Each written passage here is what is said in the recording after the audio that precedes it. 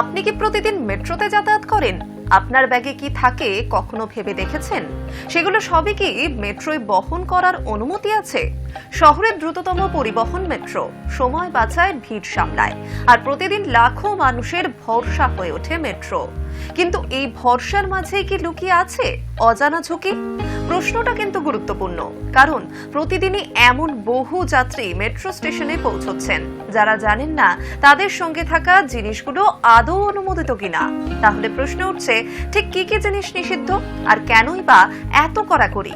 চলুন জেনে নিই। নমস্কার, আমি ঋতু, আপনারা দেখছেন হাই নিউজ। সম্প্রতি মেট্রো কর্তৃপক্ষ স্টেশন জুড়ে টাঙিয়ে দিয়েছে নিষিদ্ধ সামগ্রীর তালিকা। কেন এই উদ্যোগ? কারণ বারবার একই সমস্যা, অজ্ঞতা, তার ফলে বচসা। ধরুন, একজন শ্রমিক তার কাজের সরঞ্জাম নিয়ে উঠতে চাইছেন, হাতুড়ি, ছেনি, শাবল। এগুলো কি নিষিদ্ধ? হ্যাঁ, নিষিদ্ধ। কিন্তু কেন? কারণ এগুলো বিপজ্জনক হতে পারে। কিন্তু অনেকেই কি তা জানেন? না জানার ফলে কি স্ক্যানারে ব্যাগ দিতে অস্বীকার করেন তারা, আর সেখান থেকেই কি শুরু হয় ঝামেলা। ঠিক তাই। এবার ভাবুন, আপনি বাজার থেকে ফিরছেন, ব্যাগে কাঁচা মাছ বা মাংস আছে। আপনি কি জানেন এগুলো নিয়েও মেট্রোতে ওঠা যাবে না?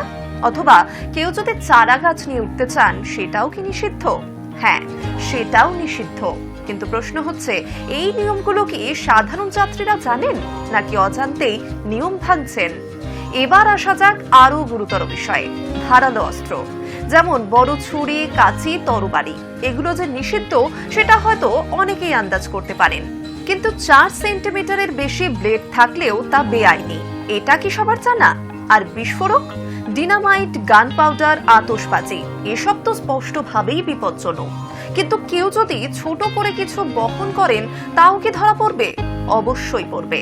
দাহ্য পদার্থ যেমন পেট্রোল, স্পিরিট, বড় ব্যাটারি, এসব কেন নিষিদ্ধ? কারণ একটুখানি অসাবধানতাই বড় দুর্ঘটনার কারণ হতে পারে। এতেই কি শেষ? না, তালিকা আরো দীর্ঘ। অ্যাসিড, বিষাক্ত রাসায়নিক, কাঁদানে গ্যাস, এসব তো আছেই। কিন্তু আপনি কি জানেন মানব ভস্য, মৃতদেহ, এমনকি প্রাণীর দেহাবশেষও মেট্রোয় বহন করা যায় না? শুনে অবাক হচ্ছেন তো, কিন্তু বাস্তবে এমন ঘটনাও সামনে এসেছে। তাহলে প্রশ্ন হচ্ছে, মানুষ কেন এই নিয়মগুলো মানছেন না? নাকি তারা জানেনই না? মেট্রো কর্তৃপক্ষ বলছে, অনেক যাত্রী টিকিট কেটে ফেলার পর জানতে পারেন তাদের সঙ্গে থাকা জিনিসটি মেট্রোয় নিষিদ্ধ। তখন কি হয়? নিরাপত্তা তল্লাশিতে ধরা পড়ে যান, আর তারপর আরপিএফ এর সঙ্গে বচসা, সময় নষ্ট, এমনকি আইনি ঝামেলা। সবচেয়ে বড় প্রশ্ন, শাস্তি কতটা কঠোর? আপনি কি জানেন এই নিয়ম ভাঙলে 500 টাকা জরিমানা হতে পারে, এমনকি 4 বছর পর্যন্ত কারাদণ্ডও হতে পারে। তাহলে কি এই ঝুঁকি নেওয়া উচিত? তাহলে এখন একটাই প্রশ্ন, পরের বার মেট্রোয় ওঠার আগে আপনি কি একবার ভাববেন আপনার ব্যাগে কি আছে? আপনি কি নিশ্চিত আপনি সব নিয়ম জানেন? কারণ সচেতনতা না থাকলে ছোট ভুলও বড় সমস্যায় পরিণত হতে পারে। নিয়ম জানুন, নিরাপদ থাকুন, আর যাত্রাকে করুন ঝামেলা মুক্ত।